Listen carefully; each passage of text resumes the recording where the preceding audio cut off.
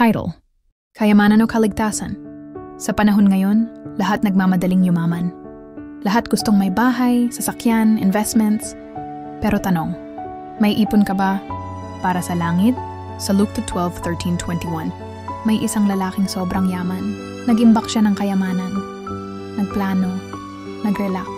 Pero sinabi ng Diyos, hangal, ngayong gabi kukunin ang buhay mo. Kanino mapupunta ang lahat ng ipon mo? Sobrang yaman niya sa lupa. Pero wala siyang kayamanan sa langit. Di niya dinala kahit isang kusing. Kasi ang tunay na buhay, hindi nasusukat sa dami ng pag-aari, kundi sa relasyon mo sa Diyos. Kaya kapatid, tanungin mo sarili mo.